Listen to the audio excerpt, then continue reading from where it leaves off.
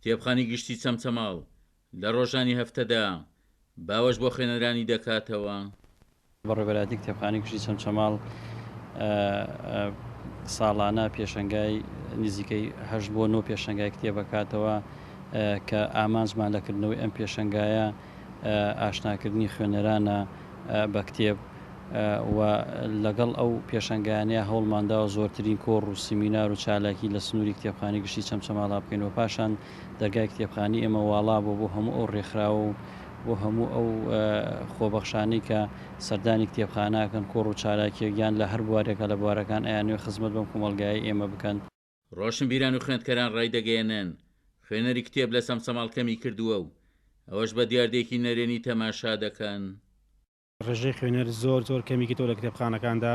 هۆکارەکەشی زیاتر پەیوەندی بە تۆڕە کۆمەڵایەتەکانەوە هەیە. ئەتوانین بڵین ئەوانە زۆر کاریگەری هەیە لەسەر خوێندنەوەی کتێب تاکە سەرچاوەیە کە بەبێ بەرامبەر زانیاری بە خوێنەر ئەبەخشێت، بەڵام بەداخەوە خوێنەران زۆر بەکەمی ڕوو لە کتێبخانەکانەکەن بۆی راپۆرتی ئەنجام بدەن پەنا ئەبەنە بەر سۆشیال میدیا، ینی لە ڕێگەی ئینتەرنێتەوە سەرچاوەکان وەرەگرنی، ینی نان کتێبێک وەک سەرچاوە بەکاربێنن لە کتێبخانە وەری بگرن کتێبەکە بخوێنەوە، هەم سوود لەوە ئەبینن بۆ راپۆرتەکەی خۆیان، هەم بۆ لایەنی فکری و هزری خۆشیان سوودی لێ ئەبینن.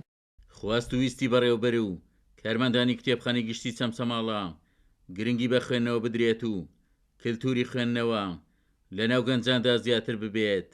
عومەر غەریب، کورسات نیوز، چەمچەماڵ.